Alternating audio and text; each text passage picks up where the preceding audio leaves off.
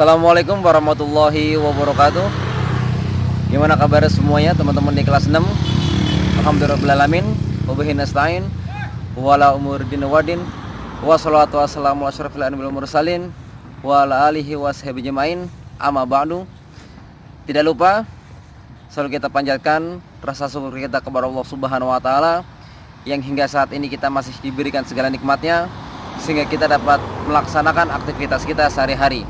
Dan tidak lupa pula salawat serta salam kita haturkan kepada Nabi besar kita Muhammad SAW beserta keluarga sahabat-sahabat beliau. Baik teman-teman di kelas 6, sebelum kita mulai pembelajaran kita pada hari ini, alangkah baiknya jika kita awali pembelajaran kita dengan bersama membaca basmalah. Bismillahirrahmanirrahim. Semoga dengan pembacaan doa tadi pembelajaran kita dapat dimudahkan dan dapat berjalan dengan lancar tanpa halangan sedikit pun. Oke, baik teman-teman. Jika minggu lalu kita sudah belajar tentang potensi diri, apa itu potensi diri? Nah, saya yakin teman-teman sudah memahami materi tentang potensi diri. Mister yakin, Mister harap teman-teman bisa memaksimalkan potensi diri teman-teman. Jika sampai saat ini belum ada yang belum memaksimalkan potensinya, Mister harap lebih memaksimalkan lagi, karena dengan teman-teman memaksimalkan potensi teman-teman, Mister harap teman-teman bisa menjadi individu yang berguna dan bermanfaat bagi masyarakat sekitar. Oke, kali ini kita akan membahas tentang niat dan motivasi belajar. Apa sih itu niat dan motivasi belajar? Mari kita bahas pada pertemuan kali ini. Oke, sebelumnya Mister akan mengambil suatu hadis. Bismillahirrahmanirrahim. Innamal a'malu binniyat wa innamal likulli imri'in ma nawa. Faman kanat hijratuhu ila Allah wa rasulihi fa hijratuhu ila Allah wa rasulihi wa man kanat hijratuhu lidunya yusibuha aw imra'atin yankihuha fa hijratuhu ila ma hajara ilaihi. Rawahu Bukhari wa Muslim.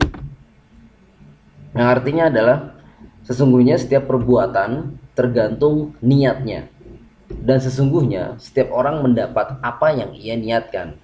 Barang siapa yang hijrahnya atau tujuannya karena Allah dan Rasulnya, maka hijrahnya kepada Allah dan Rasulnya.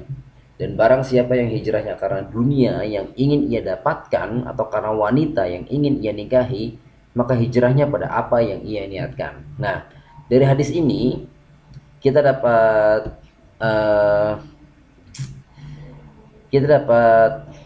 kesimpulan bahwa segala sesuatu itu tergantung niat kita, ya. Apa yang kita jalankan ketika niat kita dilandasi atau kita niatkan untuk Allah dan Rasulnya, maka insya Allah hal itu akan bernilai baik untuk kita.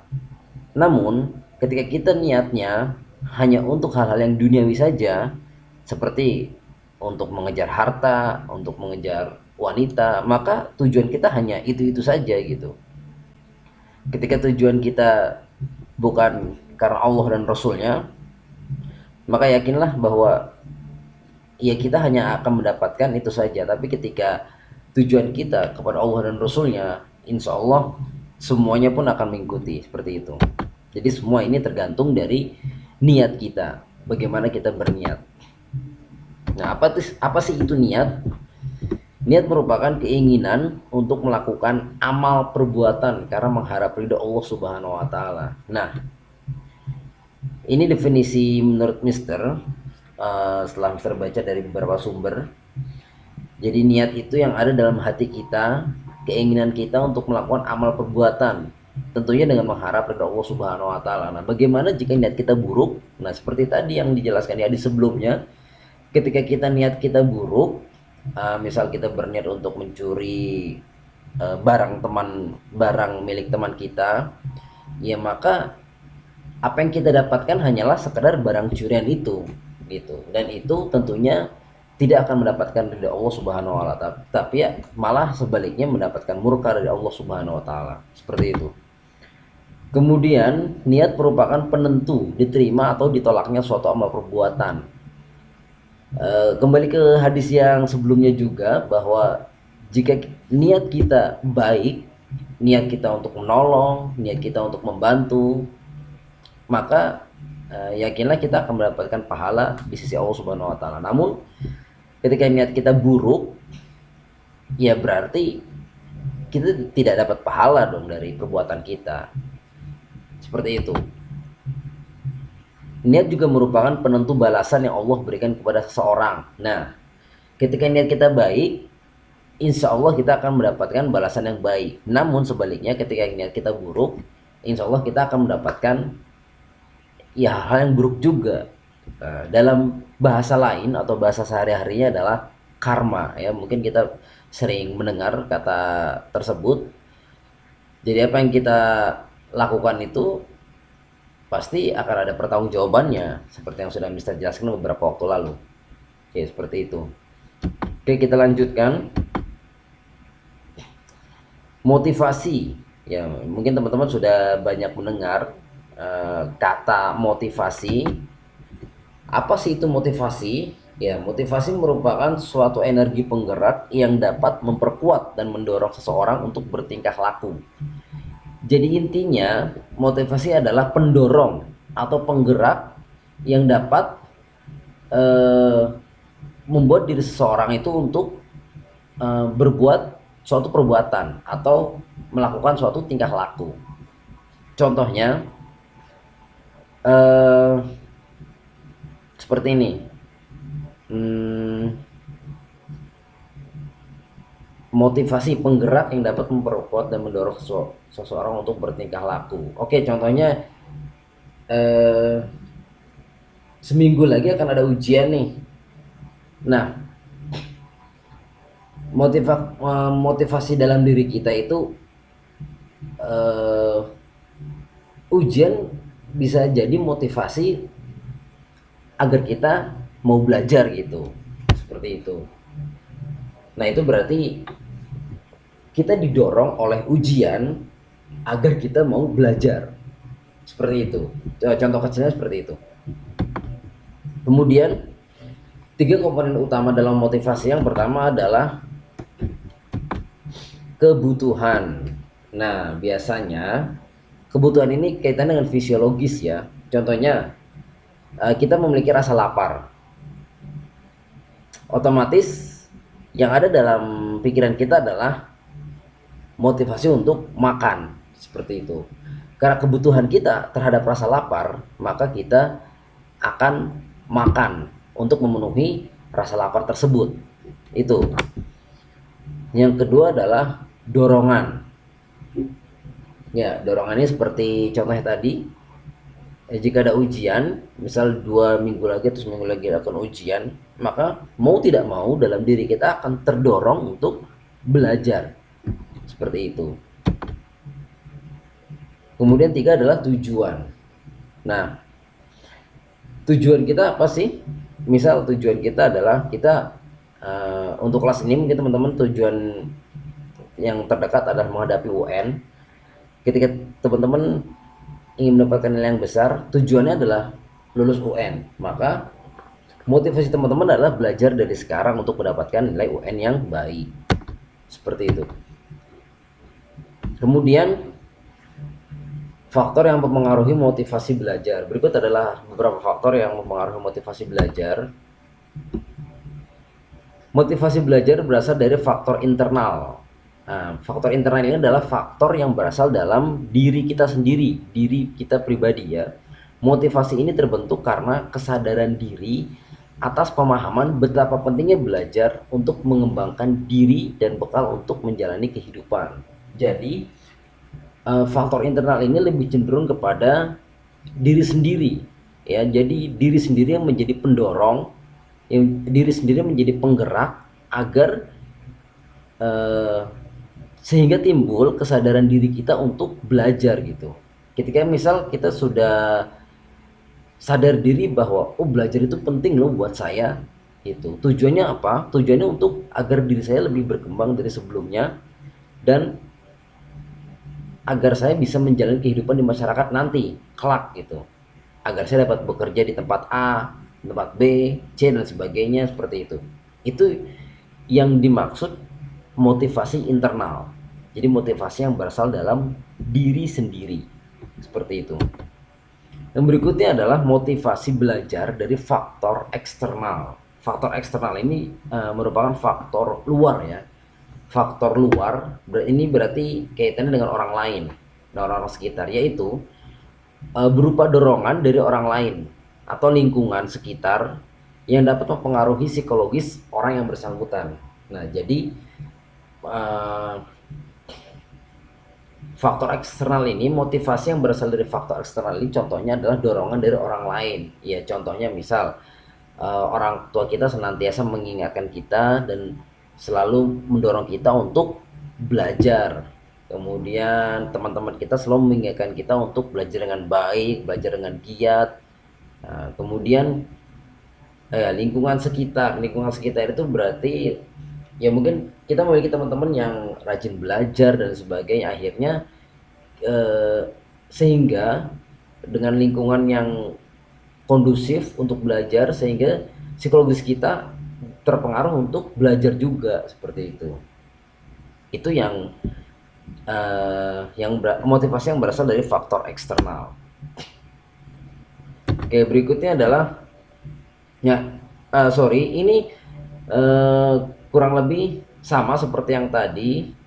Singkatnya seperti ini, motivasi intrinsik ya, keinginan bertindak yang disebabkan oleh faktor pendorong dari dalam diri individu. Nah, ini faktor internal, sama seperti tadi, misalnya menyukai seorang tokoh yang tertera dalam buku, lalu mencari informasi lagi yang lebih lengkap tentang tokoh tersebut. Misal kita ada tokoh, misal kita menyukai seorang tokoh yaitu Umar bin Khattab, contoh Umar bin Khattab.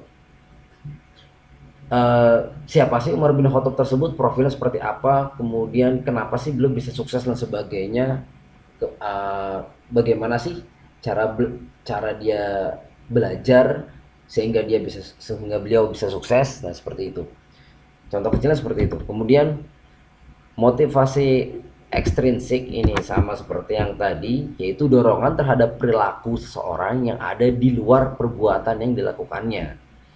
Nah, contoh seperti ini, orang berbuat sesuatu karena dorongan dari luar, seperti adanya hadiah dan menghindari hukuman. Nah, eh,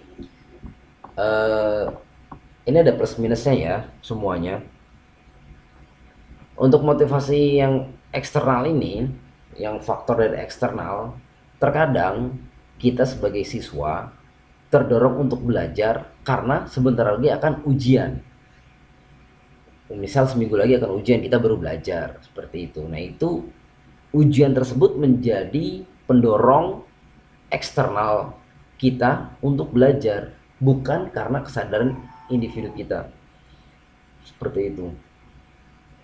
Atau saat guru menghadiahkan sesuatu baru kita terdorong untuk belajar, atau saat kita tidak ingin dihukum maka kita baru belajar, seperti itu. Nah, berikut cara meningkatkan motivasi belajar. Yang pertama adalah memberi angka, ini memberi poin ya, poin dalam tugas-tugas harian atau ulangan dan sebagainya, seperti itu. Jadi nilai sering kita sebut sebagai memberi nilai.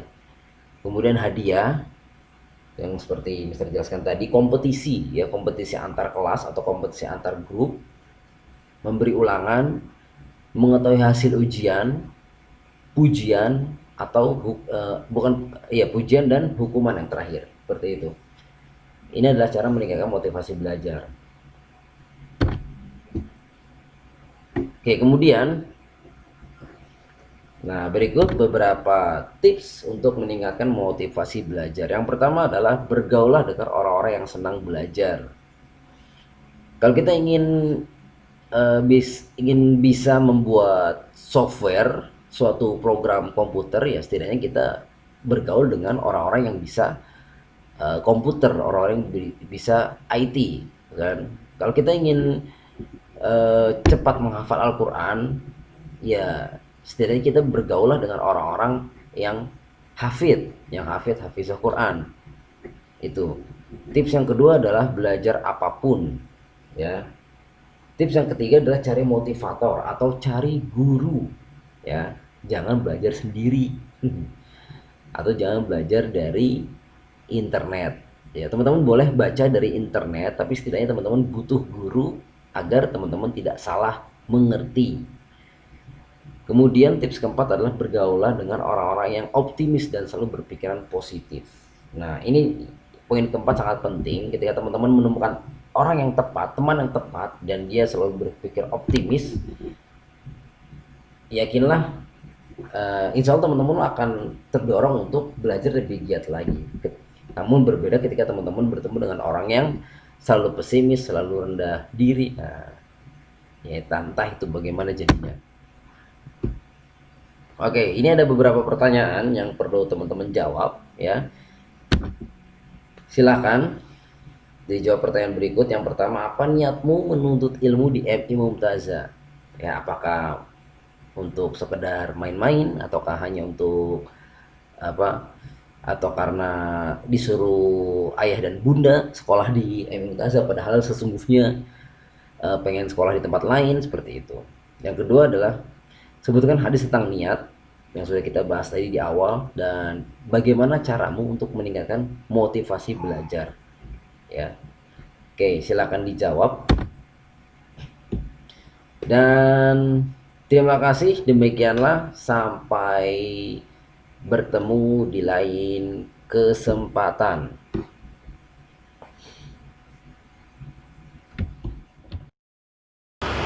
Baik, alhamdulillah, demikianlah tadi materi yang sudah Mister sampaikan. Semoga apa yang kita pelajari hari ini dapat bermanfaat untuk kita semua.